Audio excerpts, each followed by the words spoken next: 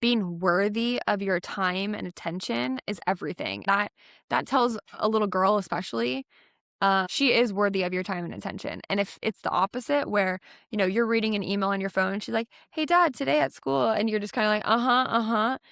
Even though you're working hard and you're trying to, make it for the family, what you're telling her is that she's not worthy of your time and attention. And what that translates to in her mind, which again is like, it could be that little situation that's not true, right? Like, that she is worthy of you and everything, but your or her perception of that situation is your phone is more important than her. And so that translates to her, everything is more important to you than her. She's last on your priority list. And then this snowballs to this whole thing where her dad doesn't love her and she is and she's not worthy of a man's love. And so she feels down on herself. And I'm not saying that, that's an extreme snowball, but it's all these micro moments that kind of add up.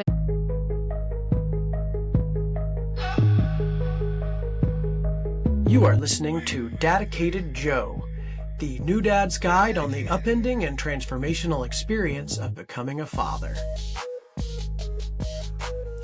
Well, hey everyone. So excited to have Madeline Anderson on the show today. Really, anything I've done about being a girl dad, like you guys love, like everybody loves to see stuff about girl dads. I don't know if that's because I have a lot of followers with girls or because it's really sweet or because my women followers maybe see themselves in there and like to think about their dads, but it's really great. So I went searching for a girl dad expert and found you, Madeline Anderson, the Girl Dad podcast. Really excited to be a guest on your show as well, but here to talk all things girl dads. Welcome. Hi, Joe. Thank you so much for having me. I'm excited to chat today. Yeah, thank you. So why Girl Dad podcast? What led you, what's your background? What led you to want to start this? Yeah, it's funny because I'm a girl, right? And I'm helping fathers have great relationships with their daughters, but I'm doing it through the daughter perspective. So I grew up with an amazing dad. I have 2 younger sisters, so he is a girl dad through and through. And when I was growing up, I had no idea how rare our relationship was. I just kind of thought, that's how all dads with daughters are and that's what it looks like for everybody. And it wasn't really until I went to college where I realized just how lucky I am and always have been. And so I always kind of had it in the back of my head that I wanted to do something about that. And when I was driving one day in Santa Monica, this thought just popped up in my head and it said, write a book called Girl Dad. And so I called my dad immediately, told him about the idea, and he was so excited and he was already sharing ideas about, put this story in, talk about this. And so it just felt like something I had to do. And so I did it as a passion project. I was working in finance at the time, and it was just kind of a creative outlet. And when COVID hit and I was doing financial analyses in my bedroom, I started thinking, what am I doing? I'm like so social and creative and just did not want anything to do with that world. It was extremely stressful for me. I decided to kind of do a full pivot, and that's where Girl Dad, I published the book soon after that, after I left finance. And then I started the podcast in June of last year. So it's been only about 6 months, but it's been a really fun and natural transition from the book and speaking professionally to speaking more casually with an audience and with amazing guests. Yeah. So you had a great girl dad. Yes. And that's so cool. It led you to, a lot of people found stuff out of their pain. So it's fun to hear you found something like, I want to tell this story. What did my dad do right? Exactly. How can I get Yeah. other girl dads to do this? So yeah, how's the book been received? It's been great. I've had great feedback. I get, dads emailing me, telling me how important it was for them to read that and how excited they are to be a girl dad if they're a new dad or a dad to be. And honestly, the book, I didn't really have any expectations or goals for it. I just kind of put it out there the way that I felt compelled to do. And yeah, it's been really well received. Yeah, that's great. So many of our guests I talk to are trying to do things very different than their parents, like our generation. Like, how do we remake parenting and not parent exactly the way our parents did? And so it's interesting that you're looking at like what he did right. Yes. So what are some of those things? Yeah. I should also mention something extremely important about the book. It's not just about my story and my dad. I interviewed a bunch of different dads and daughters. And so the daughter perspective really shines through, though, especially in the stories that other girls told about their dads and just from the conversations that I had during the interviews. So there was general themes that kind of came up throughout those conversations. But the whole thing is very positive, very much, like you said, what should I do? Not like, what should I not do? And that's who I am. I want that voice to speak through. I want it to be positive. I want dads to be really excited about having girls and building great relationships with their daughters and not be, scared or apprehensive. So that's the why behind the book. That's nice. So what age range of daughters did you talk to? All kinds of different ages, even like some young girls and then girls. I was 22 when I started writing it. I'm 28 now, and I interviewed some girls who were my age, some of my friends, and then it kind of became a domino effect. Somebody always would say, "Oh, you should talk to this person," right? So I kind of like continued the conversations on from there. And I also talked to adults at that time. It's a wide range of girls, and I'd say like the book is really for dads of all ages. There's different themes for, adult years and all kinds of things, but the like prime father is the kind of dad who just found out he's having a girl and wants to kind of prepare and build the foundation for a great relationship. A lot of dads that come to me are dads with teenage girls, and now they're like, oh my gosh, what do I do? So this is a great way to kind of get ahead of things and like start that foundation strong from early stages. But it's also a good book that just, and I'd say the general theme is it's all the little things that matter the most to us girls. And relationships can be healed at any point. So, you can pick up the book at a stage where your daughter's older and still get some takeaways from it. But if we're speaking like super narrow target market, it's that like new dad kind of category. That's great. And you don't have kids yourself yet? I don't. No, Yeah. I got married in March of last year. So thank you. Yeah. So kids are. Watch you end up with all boys. That'll be funny. Yeah, I know. We joke about that. Yeah. But no, you're the first non-parent I've had on here. So it's cool to have sort of an adult talking about a child's perspective rather than from the adult perspective. So exactly. A lot of my audience are guys who just found out their partner's pregnant or are in the kind of newborn stage. So yeah, let's talk about that foundation. What if you found out you're a girl dad or you just had a little girl, how does one build that foundation to be a great, awesome girl dad? I think it really starts with intention. So the difference between a dad with a daughter and a girl dad is somebody who puts in the effort and energy, and it's not even like a ton of time. It's really just the focus. Like a dad that wants to be there for their daughter and wants to have a great relationship will end up having a better relationship than the dad who is just kind of going about his day and, working and then coming home and just being in a non-intentional kind of daily routine. So I'd say that's the first thing, is just lead with intention.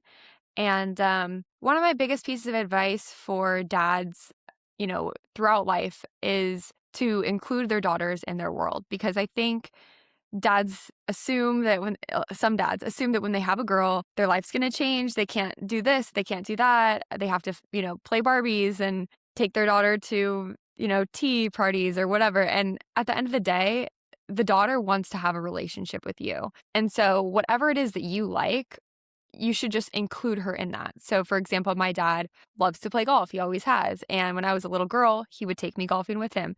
And I would just count the bunnies that I saw and enjoy the milkshakes or whatever that came with it. And as I started to grow older, then he started to teach me how to play. And now it's something that we've bonded over. I was on the high school golf team and he would come cheer me on. And then, now as adults, we play golf all the time. We've played all over the world together. And it's something that really is a bonding action, or like a hobby for us, right? And so that would not have happened if he decided, oh, I need to spend less time playing golf and go hang out with my daughter at home doing this or that. And so lots of takeaways there as a father, and it really depends on what your passions are. But my biggest piece of advice is just to like keep doing what you love, be happy. So keep doing what you love to be happy and include your daughter to be a part of it because she wants to be part of your world. Yeah, that's great. So have the intention, just, I want to be a great girl dad, just Mhm. already is half the battle. I could just show up. How do I put attention on her and then involve her? I do think I spend more time trying to figure out what she wants to do and take her the things that she loves. She's 7 now, so she has a lot of opinions about what she likes to do. There are a lot of times where it's like, "What do you wanna do?" We have a Saturday daddy and daughter day. That's my Cute. Saturday. It's not always Saturday, sometimes it's Sunday. We call it Saturday daddy and daughter day anyway. And she often doesn't know what to do. She'll be like, "Let's get ice cream." Like, she'll just, like, go to, like, an easy thing. So I have found if I make suggestions or plan stuff, she likes that. And Yeah. she loves making costumes with me. It's one of my things I like doing, and she likes Aw. that, or we go out on the boat. She likes being on the water with me, and, we go to ecstatic dance and dance together, something that she probably wouldn't have done otherwise, Right. or go into the woods in any fashion. So I found sometimes I'd be like, "Do you wanna do this thing? Do you wanna go to ecstatic dance?" "No, I don't wanna go." So instead I'd be like, "I'm going to ecstatic dance, bye." She's like, "I wanna go," "Okay, come with me." Yeah. So if there was any resistance, it's sort of like that, like, "I'm doing this thing and come be with me," rather than not. Right. She wants to hang out with you at the end of the Yeah. day. Yeah, and do the same things. Yeah. And I have a kind of a fun suggestion for this. I love this Saturday Daddy Daughter Day, and it just reminded me of something that my husband and I did when we were we it was like 2 years ago, and so we were not engaged yet, but, every Sunday after football season, we were like, "Okay, what are we gonna do?" Because my husband loves football. Sundays were always, like, blocked off for that day, and we came up with this idea called Shotgun Sunday, and it's called that because it's, like, ready, go, that kind of, like, shotgun, not, like, with a beer, and, Or with so clay pigeon. Yeah. yeah, exactly, not like that either, We're in Texas, so we assumed, yeah. yeah, exactly. That I need to clarify because yeah, a lot of people were confused about that name. So in hindsight, maybe it should have been like Spontaneous Sunday or something. Okay. But Yeah. anyways, what we did is we took all of these different ideas for what we could do that day and wrote them on a little piece of paper and put them in a jar. And so every Sunday we would just pull from that and we'd have to do it. The rule was you have to do it no matter what. And he loves challenges. So half the stuff in there was, walk 10 miles, do a ruck 5 miles and then do a Murph, um, which is like running a mile, doing 100 sit-ups or push-ups, and then like 200 squats, and then 300, and then running another mile. Yeah, it's intense. And then so all of those were like his, right? Mine were like, get a massage, get a facial. And then we had some fun ones like go to an amusement park or go for a hike at this specific location. That's actually funny story, that's actually how he proposed. He switched out all of the items for this one hike that was I chose to put in there, so I had no idea. So it's like And all the so same one. yes, That's so I cool. pulled and I actually pulled too, which is kind of funny because 'cause I've never done that before, and he, like, grabbed my hand. Let's see it. Yeah, and I was like, "Wait, can we just, like, see what the other one was?" And he said, "No, like, that's cheating." And I was like, "Okay." And he is so disciplined that I didn't even like, him saying it's cheating checked Didn't out, so didn't clue you yeah, off. I was Yeah, like, "Okay." that's fun. And then, yeah, he proposed on that hike, which is so funny, but anyway, so it could be fun for this daddy-daughter day to, um, do it in that kind of format where you can sit down with her, put some ideas together, and then make it really fun where you pull that That's together or fun. have her pull it Cool. and then do that day. I love it. Yeah, and so things your dad did. What are some of your favorite things your dad did? Yeah, I mean, I think back to all of our memories, and it's mostly us doing things that he loved to do, but we did it together. So playing golf, so many memories on the golf course. Skiing, he took us skiing at a really young age. We had ropes around us until we were stable enough to go off on our own, but so many memories on the mountain, just building snowmen and doing snowball fights and stuff like that. And then he also is really handy, so he loves to fix things around the house. There's always something that he's working on, and so he would involve us in that. He bought us little tool belts, and I still have my like floral hammer and screwdriver. So he kind of would help us learn things, but and I think at the end of the day, he knew how to put himself in the shoes of a little girl and like make things fun. Like everything was just fun and lighthearted. And there's always teaching lessons, but it was always done in a way that felt really fun. Mhm. You have a sister? 2 younger sisters, Two yep. two, 3 is just a 3 girls. Yep, triple yep. girl dad. Okay, so he's a pro for sure. Yeah. No, that's nice. I mean, you seem, pretty successful and independent and, self-motivated, which are all things I think we'd all want for our daughters. What do you think he did to encourage that? Yeah, I mean, I think, Reese Witherspoon recently went viral with her I don't know if you saw that video, but she was talking about how a father's words become written in Sharpie in a daughter's head, Mhm. and I think that is so true. A father's words become a daughter's inner narrative.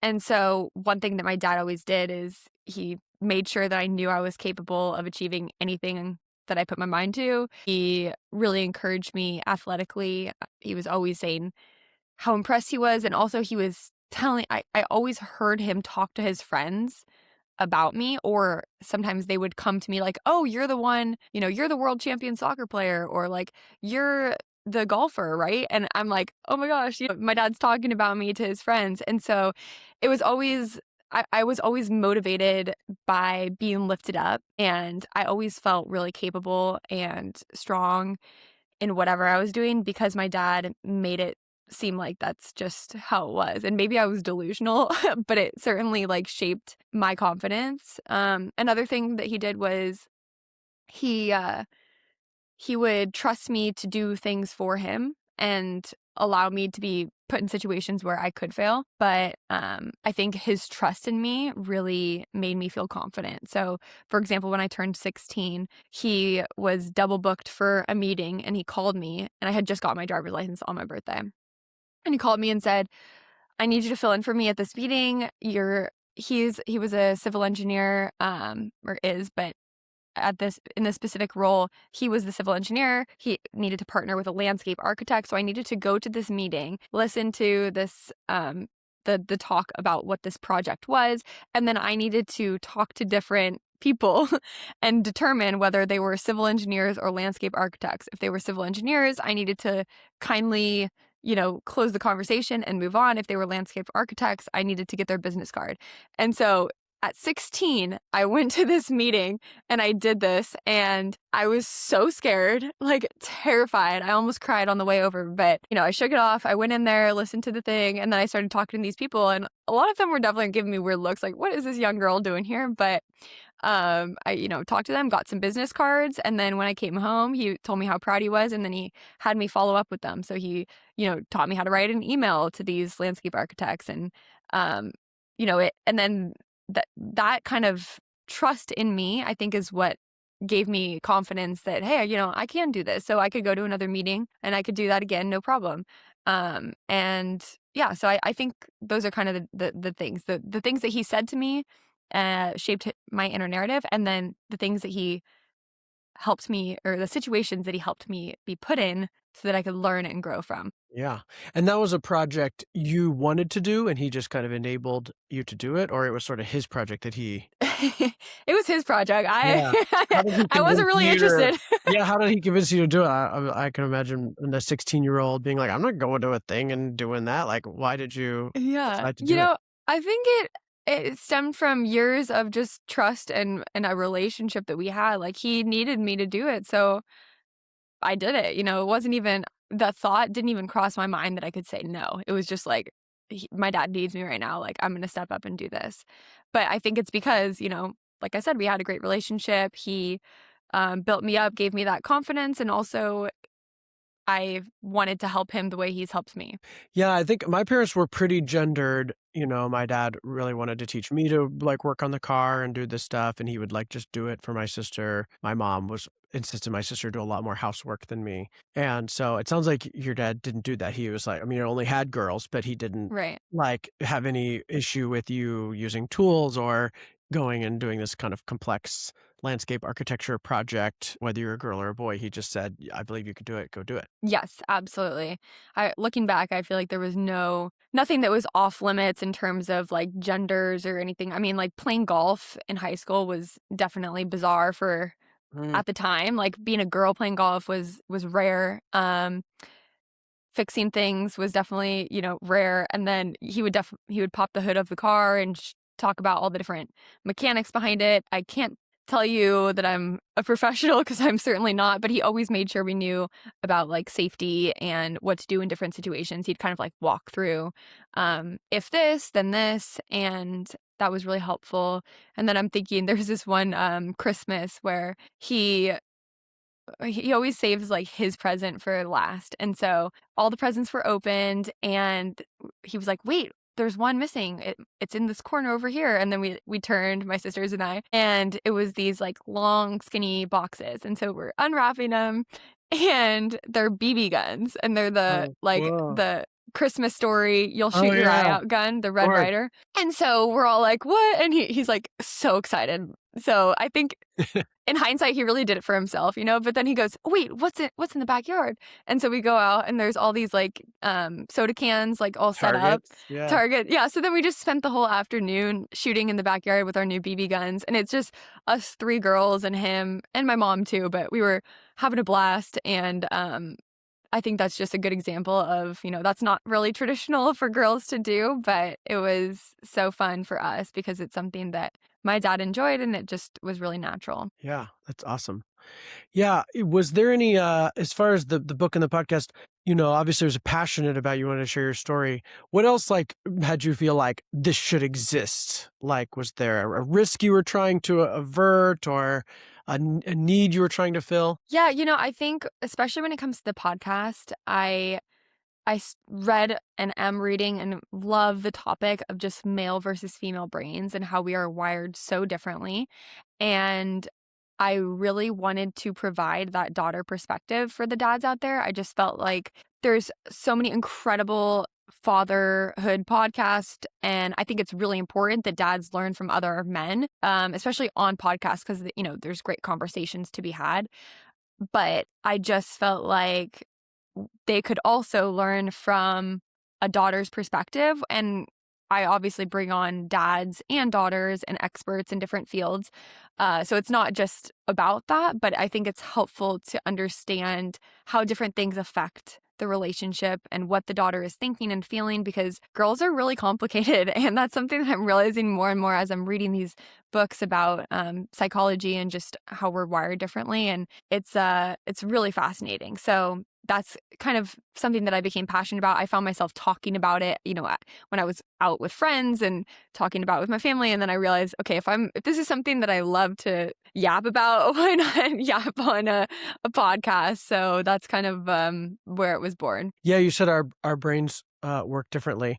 What are some of the things you've found are consistently need to kind of be translated for dads, like Hmm. ways that a dad thinks that's different from a girl thinks that you've helped bridge? Yeah, I think it really comes down to logic versus emotion. So men are you're wired very logic based. And so it's for men, I can imagine it's hard to understand a woman's brain because we are very emotionally charged. And so a lot of our decisions come from, gut feelings, and a lot of our emotions can be extra heightened. And and that's kind of something that I help dads understand. Like when we say this, we actually mean this. And then another really big one is our hormonal cycle.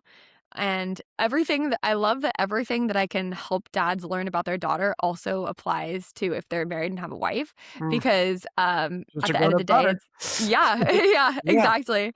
It is. And especially when it comes to the hormone cycle, because I deliver these talks and I realize that it is not common knowledge, even for women. Most women don't even know about their cycle as much as they probably should. And for men, I think it's really helpful to understand the different phases. Like, are you familiar with the female hormone cycle? I mean, a little bit, probably not. Go ahead and tell me. Yeah, no, it's pretty complicated, but there's four main phases of the hormone cycle, and the first one is the menstrual phase. So that's the period, and it lasts, maybe about a week, 5 days to 7 days.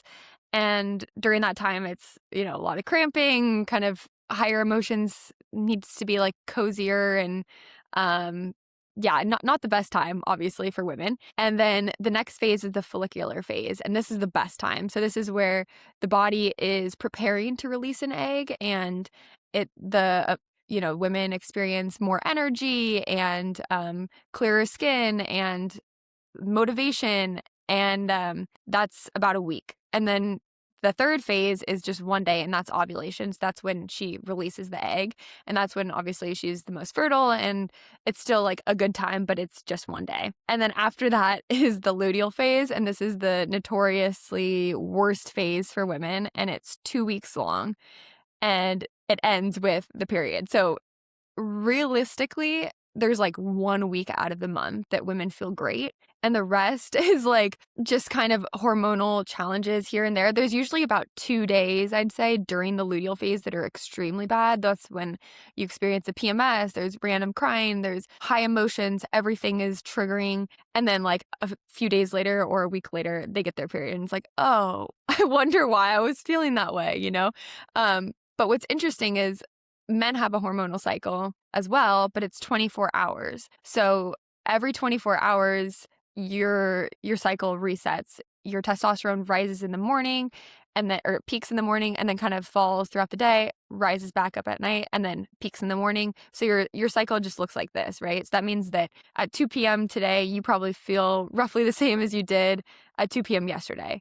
Whereas for women, that whole cycle that I just explained is 28 days on average. So like the way I feel today is roughly the same as the way I felt 28 days ago. So every single day has a little bit of different feeling and emotions and moods. And that's why, people, I think men think, women are crazy. And like, I understand why they think that, because for us, it feels very different every single day. So you can tell us a joke during one phase of the cycle and it's super funny. And then you tell us the same joke and it's extremely offensive, and it's hard for men to navigate that unless they have a general understanding and awareness of that's what goes down for women. And you don't need to know like all the details. You don't need to necessarily know the days, but I think like knowing about it helps give you patience and understanding that she is like not fully even in control of her emotions, like especially when it's a teenage daughter who's experiencing these swings for the very first time. Yeah. So Is that that's only what I'll say. post-puberty? Yes, yeah, Okay. little girls don't have a hormone cycle. This is when they get their period, that's when this starts. Yeah. And So then continues forever until menopause, when it changes all over again. exactly. Menopause is completely different, and I'm not an expert on that phase yet, though it is really important and interesting to learn about. Yeah, do a whole other episode on that. My wife is one of those older moms that is dealing with essentially postpartum and Oh, premenopause yeah. at the same time. I mean, she's 7 years postpartum, but still, it's kind of like you're sort of postpartum forever, but Yeah. still in that early phase. So that's tough. But that's super interesting. So kind of just being cognizant of the time of the month and optimizing those windows, or having more patience, Mhm. and recognizing that we are more naturally stable, Exactly. but also maybe boring. Well, it's perfect blend. I think that's why it's like it's so beautiful that it's like that, you know? I mean, we're different, but we complement each other in so many different ways. So, again, I think it really just comes down to understanding the differences and acknowledging them. It's not like you have to be an expert in them. It just might mean asking a few more questions or being a little bit patient here and there. Yeah, And but I can see how we assume everything is circumstantial. Like, if things change in our mhm. emotions, it's because of a circumstance. Yes, yes. Like, even that morning to afternoon time frame. I mean, I definitely see at night, I'm, like, really, like, the lowest of, irritable Yeah. with the night. So I can see that hormone cycle for me, and then the morning, I'm, like, bright and ready to go. Yeah. But, like, otherwise, it's circumstantial. So it's like sometimes when either our partners or our daughters are having a lot of emotions, we might go to, well, what do I need to fix? Right. Right. What happened? Who said what to you? Like, what did I do? How can I fix it? And so sometimes you're saying there, and of course that's true. There are circumstances, no matter where in the cycle, they can Mhm. get triggered. But like if it's during a harder time, it's going to be worse. Absolutely. And I'd say even sometimes there is no like, there might be a little trigger, but that wouldn't be it wouldn't cause a reaction at all at a different time, and now it's like, your world is melting. And I think women are, because we're emotionally charged, we can all of a sudden be really upset or emotional, and then we can get calmed down really fast too if it's done in the right way, or we can become even worse. And I think the number one piece of advice I would give there is just like listen to the emotions, like be more of a sounding board, like tell me more, are you like how are you feeling, ask these kinds of questions and let her talk, and then just validate her emotions, like I'm sorry, that sounds like it can be really tough for you right now, like I'm here for you, rather than, even if you see the solution and it's so loud and clear, like, oh, you just need to get more sleep, or, oh, you need to do this, don't jump to that solution. Like, stay in the emotions with her for a little bit and just kind of everything she says, just kind of like repeat and acknowledge. Just kind of like, yeah, I understand that that sounds really hard. And then all of a sudden you'll see that she actually feels better because all she needed to do is kind of work through those emotions. And as men, you're natural problem solvers, and that's a beautiful thing. But it sometimes, in heightened cases of emotions, those solutions aren't really received well. Like, we actually just need to stay in the emotions, and then maybe towards the end of that conversation, there's time for a solution, or maybe you help, depending on the situation. If it's like, maybe your daughter is stressed out about college, and you see the solution over here, help her come to that solution by asking questions and validating emotions, and kind of help her come to it herself, but be her guiding force, and, walk her through the different scenarios and play like, hypothetically, if this, then what do you think would happen then? And then maybe at the end, it's time to deliver your proposed solution that you knew all along, but it'll just be received much better. Yeah, it's great. I have a whole episode on dealing with toddler tantrums Mm, that is essentially the same process of validating feelings, naming feelings, empathizing, yes. with the saying it makes sense they'd feel this, Mhm. and just kind of holding space for the emoting, which I wasn't taught to do as a kid, and I think men are particularly not taught to do. Mhm. And so, but it's very helpful with the toddler, very helpful with my wife, and sounds like are going to be very useful for teenagers. Definitely. Yeah, awesome. Yeah, what are some misconceptions about being a girl dad? What do some dads think is going to be the way, or they should do that are not? I feel like maybe I should be asking you this too, because as a girl dad, but I think I would go back to the whole kind of gender parenting, and the misconception being that, oh, you're having a girl, you have to stop watching football with your friends, you have to stop playing golf, you have to spend more time doing things that you don't enjoy because 'cause they're girl things, and, that's just not true. I think at the end of the day, daughters wanna see their dads happy and their moms, because that provides a safe, welcoming, loving, nurturing environment, and the more things that you can do that make you happy, you should, and you should just find ways to include daughters when it makes sense. And, yeah, so I think that's the biggest misconception that I could think of, but if you have any that you've experienced, feel Yeah, free. that's a good one, that there's not inherently girl or boy activities, Mhm. because even I think boy dads too might assume their boys wanna play a certain way or do certain things, Right. and then they discover, "Oh, they're not, like, I did not wanna work on cars, I did not wanna Yeah. I Yeah. was not into sports, like, I always wanted to make Yeah. costumes and write songs, and my dad Yeah. didn't know what to do with that." So, like, I wanted to be like him, so I tried to follow him to do those things, but Right. that was harder with that assumption, but, like, masculinity. Mhm. There's a good segue talking about masculinity, and there's some debates online about, like, are girl dads less masculine, their toenails Mm. painted, or are they, like, being emasculated by their girls? Other girl dads tell me, actually, no, I'm more masculine. So what have you found happens with men and their masculinity when it comes to being a girl dad? Yeah. Well, I think that this is a really hot topic right now, and it feels like there's been some associations with masculinity and some negative attributes, and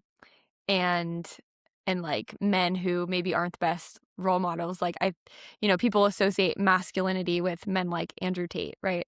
And so I think that association is wrong because at its core masculinity is a beautiful thing, and it's all the characteristics of men that are unique to men that or stand out for men, and that is things like strength and courage and leadership and confidence and decision making, decisiveness and independence, resiliency. Like there's so many great characteristics that masculinity actually is. And so when it comes to girl dads and being masculine, I think um men who embrace exactly who they are, it just works out the best. And it's also like authenticity is a beautiful thing, right? So if you're authentically you, no matter what that looks like, I think that's really important. And if you're somebody who um, I guess, like, if you're talking about girl dads who are, quote, unquote, "less masculine" because they're painting nails, again, I would challenge that that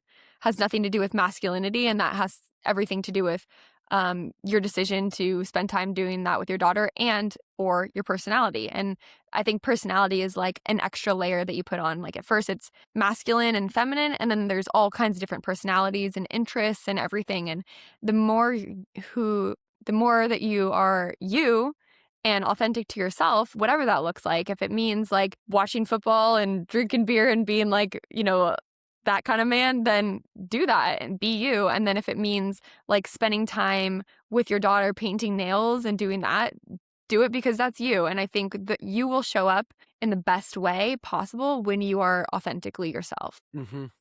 Yeah, I've noticed the differences between the way she reacts with her mom and with me, and I've seen this with her girlfriends also, that it's like there is a big like kind of testing of strength.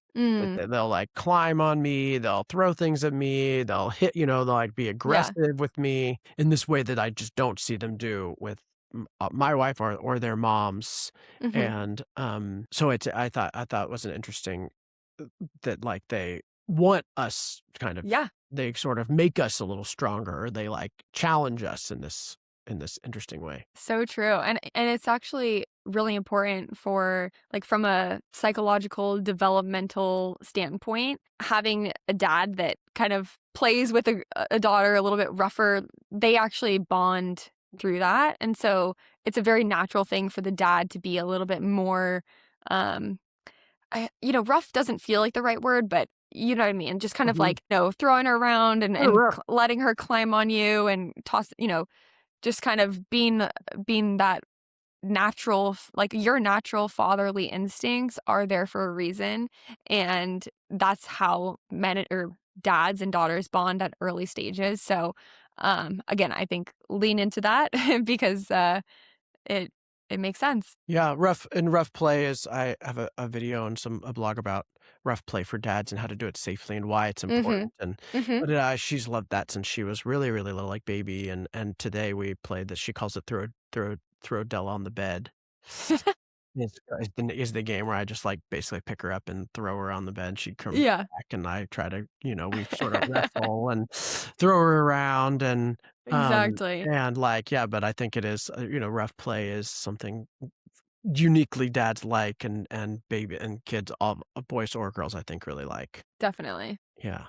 Um, so you talked to some dads who have boys and girls, I assume. What's the difference?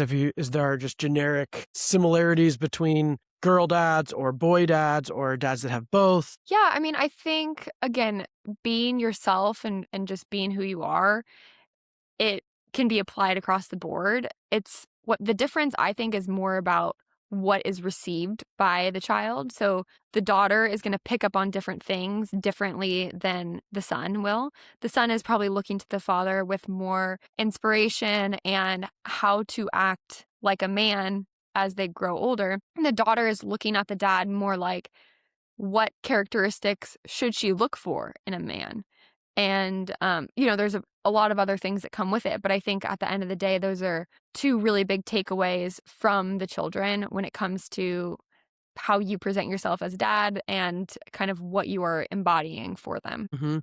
And I've wondered, like, not all girls end up dating men, or right? They might, Hmm. end up loving other girls. So did you talk to some non-straight girls, and what role did their dad play in shaping the partner they sought, whether it was male, female? Yeah, I mean, at the end of the day, I think it's just it's human connection too. So if that's not an interest, and I would kind of put that on the like if you look about at the levels of like male, female, and then you've got like personalities and interests, that would kind of go down there, right? And so they still learned from their dad about different characteristics, especially with men, but maybe that's not necessarily something that they like or that they're interested in. So maybe that's more something that they would learn from their mom, or just something that they would find interesting later in life through learned situations and just kind of understanding themselves better. But yeah, I don't know from a psychological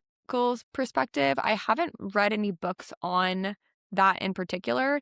But I'm sure it really comes down to those like interests and preferences and like just natural personalities that that child experiences that they still learn things from both parents, but it's not necessarily like that kind of relationship. Yeah. And as you said, there's a lot of controversy around this idea of like fixed masculinity or fixed femininity or like Mhm, identify as one or the other. It's like some people don't identify as either, or they, a girl might be identify with her dad as wanting to be more like what you'd think of as a boy. Like she wants to be more like him and might choose a mhm, partner, mhm. might see her mom more as the type of partner she's choosing. Or I with my daughter, she's very feminine overall and definitely identifies with her mom in a lot of ways. And so I do sort of assume that she is viewing me as Mhm, potential partner, whether that's male or female, mhm. like she would. But even regardless of romance, there's always going to be men in their lives, no matter what they identify. There's Exactly. men Yeah. everywhere. So what kind of men do you Mhm, believe are the right kinds of men, or what are what kind of men do you feel are safe? How do you mhm. expect a man to treat you? I take very seriously like that I'm the model for that. Yeah, absolutely. And I think like, you're also modeling healthy relationships in general, the way that you interact with your wife and show your love with your wife. Your daughter will pick up on that or any dad who's listening, their daughters will pick up on that. And so regardless, like you said, of genders or preferences or anything, it's really healthy relationships is modeled and that comes to friendships, romantic relationships, teacher, relationships. You don't want to, or you want to set your daughter up for success in sharing what that looks like. And yeah, I think that's another really strong topic that I love to discuss because it's very important. And I think especially when it comes to women, there's a lot of women out there who want to put the kid first. They like it's just this natural instinct, like my child comes first no matter what. Mhm. But I would argue that your partner should actually come first because in doing so, you are putting your child first. They want to look at you and your partner and feel that there is strength between them.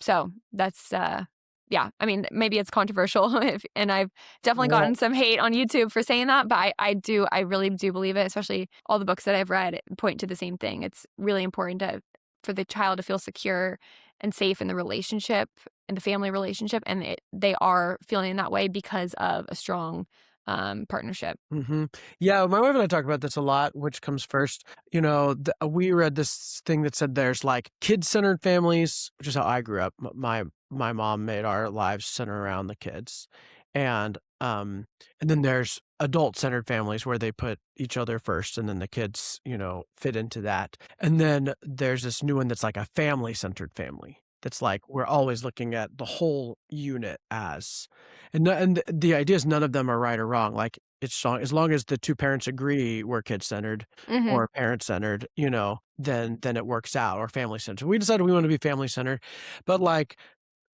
spent time with my wife and I away from our daughter, time building our connection is good for the family. mhm, mhm, Right, so it's like it's good f and then one-on-one time with me and my daughter, one-on-one time so she has a mommy-daughter date, Thursday afternoon, so we have these one-on-one times, we have family times together, and that when we're evaluating, should one of us go on this work trip, or should mhm. we do this vacation, or, like, should we enroll in this thing? Like, it's like, A, is it good for me or not? That's an important question, but also, like, how is it good for the family? It's kind of symbiotic in that. Yeah. No, I love that. I think that's super important. And one thing my dad always said is, we're a team. So I'd say we were probably family centered now that you've given those three options. And it was really healthy because, he said, he would say sisters are forever. And he would always encourage like our relationship with each other. And to this day, we're all super close. And yeah, it's so fun. And then with my parents, like I see them and their relationship and it's really important, but I also all three of us have great relationships with my dad and my mom. And so it was always about the team and doing things as a team, which is what I would love to continue on for our family and my husband and I's future family. But I think it also I still will stand by the fact that it's really important for us to make sure that our relationship is strong so that the kids, in order to be family centric, the kids are feeling that unity and security in the Mm. family.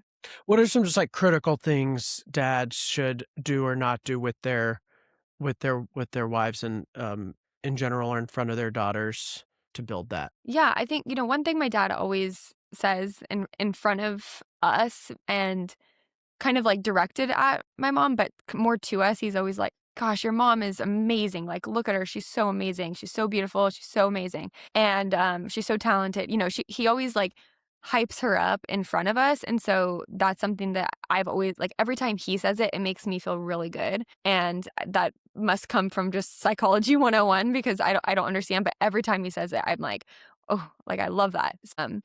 That, like, just kind of hyping up your partner in front of the kids, and, I would say, like, for disagreements, like, if you're especially when the kid is younger and maybe you're disagreeing about the parenting or, like, what to do in that given moment, I've heard it's important to kind of not show that disagreement in front of the kids and talk about it separately later. Like, "Hey, in these situations, like, I wanna do this. Okay, well, I think we should do this. Okay, let's talk about it," and come to an agreement so that you can be a united force together and just parent cohesively rather than like, "Oh, don't tell mom this, but like, or don't tell dad, but we're gonna do this today," because that will create kind of it kind of unstrengthens that bond or like lets it a little bit looser because there seems to be gaps. So I think it's all just about perceived parenting and whether or not you agree on things like that. It's totally normal to not agree. So just do that kind of in private time. And then when it comes to the kids, they see a united parenting and they feel secure in their relationship. Yeah. Yeah, I try to hype my wife to her a lot. I try to specifically hype non-physical things. Hmm. Like, it's Yes. very still compelling for me, like, "Look how pretty mommy is, and she's so beautiful, my beautiful wife," right? All this stuff. It's, like, still ingrained to me that, like, the first thing you say about a woman is beauty. And trying to break that down, I intentionally like, "She's so smart, and she's so Hmm. magical, and she's so, confident and, powerful and generous," and, like, all these non-physical traits that I try to hype about Yes. her. I think also I try to be, really respect her boundaries a lot, like, I try to both my daughters and my wife's bound like, when she has a boundary or she's, like, says to no to something or wants to negotiate something that, like, that is clear that, like and even helping my daughter respect my wife's Hmm. boundaries, like, if she doesn't want you on her lap right now or whatever it is. And, like, even the interpreting feelings thing, like you were saying, like, sometimes I have to be like, "Mommy's having feeling," she's having her feeling. Hmm. She's upset right now, like, I've got you, and be Yeah. sort of, like you said, that stable one if she's upset and needs a break or has had some kind of been triggered by my daughter, and they're both very sensitive, so if one of them gets upset, the other gets upset. But, like, trying to validate the feelings Yeah. overall. Yeah, no, I think that's amazing. And yeah, I love highlighting things that are not just physical. That is really important and it sets your daughter up for success too because she doesn't associate, beauty with love or desire or anything. And that goes the same with kind of how you talk about her or to her and hyping her up. Like one thing my dad always was hyping up was, the hardworking element. Like you're such a hard worker. You're so good at what you do because you put in the work and kind of praising the effort, not the outcome. Even though like usually when when the effort is good, the outcome is good too. But sometimes things happen. Like I have had plenty of golf rounds that did not go my way, and we would talk about it. And there's so many lessons on the golf course too, just about how like every shot counts. What you do on the last hole is done. You cannot undo it, but you can control the future holes and your mindset because it's such a mental game. Um, so just kind of like working through failures and again hyping up that hard work. And if I had a really bad hole and then the next hole I did well, like praising that and not, how cute I look in my golf skirt or like whatever that, not that, honestly though, you cannot say anybody looked cute in those golf skirts, but that's a whole separate, topic. But, anyways, yeah, I think just praising that effort and qualities like characteristics, honesty, like I love you're so honest, you're so selfless, like all the things that are really important for her to learn that are like good qualities, hyping those up, giving her great praise for them, and then saving those, beautiful comments or comments about her looks or anything for rare occasion. And I don't even like, I think, my dad definitely says that we're beautiful, but it's certainly not something that is constant or, I think he's probably been really careful about that. But, I think girls want to hear that It's too, but it something doesn't. important to her, so I try to save it for both my wife and my daughter when it's clear that that was their intention. Mm-hmm. Like, I they've, like that. put on a specific outfit, like, they've put effort into, Yes. Yes. and it's great to praise effort over results, which is great. But I think in this case, like, I can tell you worked really hard to make yourself beautiful. Probably better to just say you're beautiful. But like, Yes. there's Yes. bugs to use both. But just to kind of look at that and talk about Yeah. it just often enough, but like highly disproportionate to all those other things. Exactly. I think that's the main thing there. And you can also there's other ways to say it too, like you're glowing or you're shining right now. Mm, Like mm, that's I mhm. think I really like Nice. that because it's essentially the same thing and it makes them feel special, but it's coming from within. Like Oh, I like that. glowing and shining, it feels Yeah. like you're like this Radiant. Yeah. yes, yes, you're radiant. Like Yeah. those are really good Yeah. words too. And I think that they're less trivial. Like I think yeah, sometimes girls can associate beauty with oh, makeup, Yeah, there's or no societal definition of radiance yes. Yes, versus exactly. beauty has these rules or whatever. Yes, Like, "Oh, I'm not exactly. beautiful because I don't have this thing," or my daughter went through a blonde, like, "I'm not blonde, I'm not pretty because 'cause I'm not blonde." It was like, "Whoa," Yeah. no, she was like 3. I was like, Oh, where did you learn that?" yeah, that's not So, good. like, in hindsight, I think she wasn't as charged about it as we thought. She's just, like, thought that's what it meant. She didn't care as much that she wasn't pretty, that she wasn't blonde. Right, Now right, right. she's over that and knows that she's pretty. But, like, for us, it was, like, alarming, like, "Oh, what are you learning about Right, and right. beauty?" So but, self-worth is something I think is something we worry a lot about with our girls. Mhm, Low self-worth leads to so many risky behaviors and so mhm. forth. And so, what are, like, some specific things dads can do, especially, like, on that regular basis, like, weekly, 2 to 3 things dads can do to help build self-worth in girls? Yeah, I mean, I think self-worth and confidence go hand in hand. So, again, everything that we've talked about related to confidence is important, but also I think sometimes dads don't really know what's going on in a daughter's world. And that's where stories can kind of spiral into these self-worth issues where it's not true, but it's a feeling and it's emotion, and then it becomes true for the daughter. And the dads might have no idea about it. And so one thing that I would recommend that I love is the roses and thorns. Have you heard about this? Yes. Yeah. Yes, Okay. we So do it a lot. yes. So like doing roses and thorns every night or at the dinner table or something as often as possible where you ask your daughter about her rose of the day or her highlight of the day and her thorn of the day or her kind of low point, something that didn't go as planned or something that she wished it went different. And during that conversation, those thorns, that's where I think a lot of the things that could become potential self-worth issues can come up and you can address them and talk through them and be a support system for her. So I'm a really big fan of that because I think self-worth is a really tricky thing. It's super individualized, and, um, it really it like I said, it kind of snowballs from these facts that she, experiences, but they're just they could be just random situations that she keeps kind of replaying, and then it snowballs, and it becomes this really big thing, and it becomes her truth.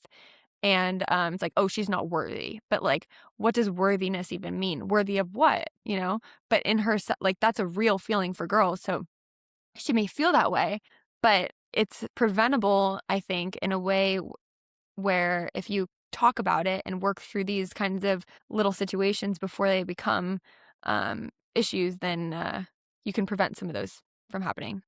Yeah, interesting. On the Rose and Thorn, I was thinking you were gonna say that doing the Rose and Thorn, even just listening attentively to her day every day is like, Oh, you're absolutely. worthy of my attention. Like, Yes. I care. And my daughter likes to tell me, 'cause she's always like, "Can I tell you something, Daddy? Can I?" So she asks me for my permission to tell me something all the time, and I'm like, "Yeah, always tell me something." But like, there is this like, "Can I tell you something?" And I like stop Yeah. and like listen to her, and I hope that like just builds that worth that like, you're more important than my phone or the work I'm doing, Mhm. or if I have to wait 5 minutes then to do something that's okay, but I tell her that, but most of the time I can just drop what I'm doing and listen to her. I'm so glad you said that, Joe, because that is so important. Being worthy of your time and attention is everything. That tells a little girl especially, that she is worthy of, like, when we're talking about what is worthiness and that specifically, she is worthy of your time and attention. And if it's the opposite where, you're reading an email on your phone and she's like, "Hey dad, today at school," and you're just kind of like, "Uh-huh, uh-huh."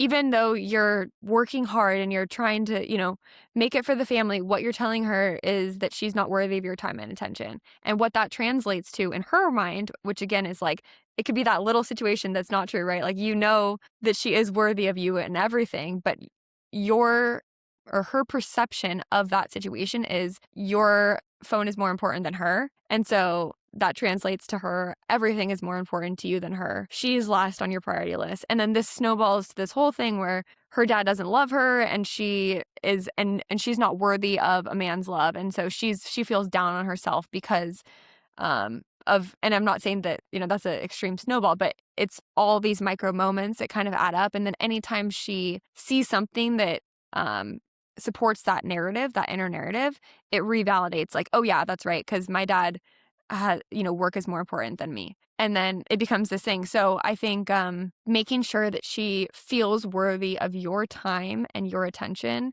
goes so far when it Yeah. comes to building her self worth.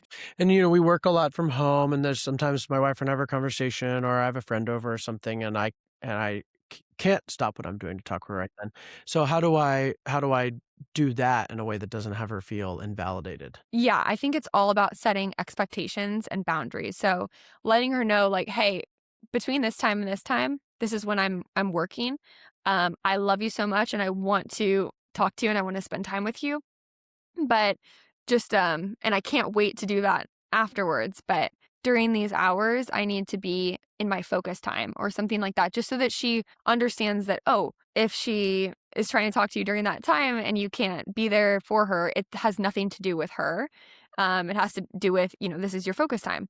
And even just setting expectations is important in general. So, like, if you say, I'm gonna be done with work at 5, but it might be like 5:30 or 6. To her, that feels really hurtful if it's 6 o'clock and now you're finally done with work. But if you say, "I'm gonna be done with work at 6 today," and then all of a sudden it's 5 and you're like, "Guess what? I'm done," and then she's like, "Yay!" And it's the same time that you were gonna originally be done, but you had set up the expectation and then you exceeded the expectation rather than setting the expectation and then actually coming in lower than what you expected. I think that's another thing to consider. But just, yeah, setting boundaries and expectations is really great for every relationship, right? And like everyone wants to just be in the know, have clear roles, responsibilities, timing, everything so that there's no storytelling, especially for women, because it can be hard. I even catch myself doing that,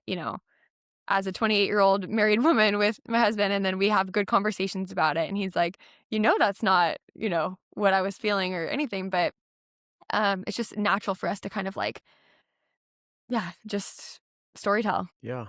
Yeah, make stuff up about the experience. Yeah, Mhm. thanks for that. Okay, some rapid fires. Uh, Children's book for daddy daughters. Okay, so it's been a while since I've read a children's book, but I remember my dad always read Goodnight Moon, and Oh, it was good one. really cute. Yeah. Good for a super good one. Okay. Uh, how about a phrase you would like to hear dads say to their daughters more often?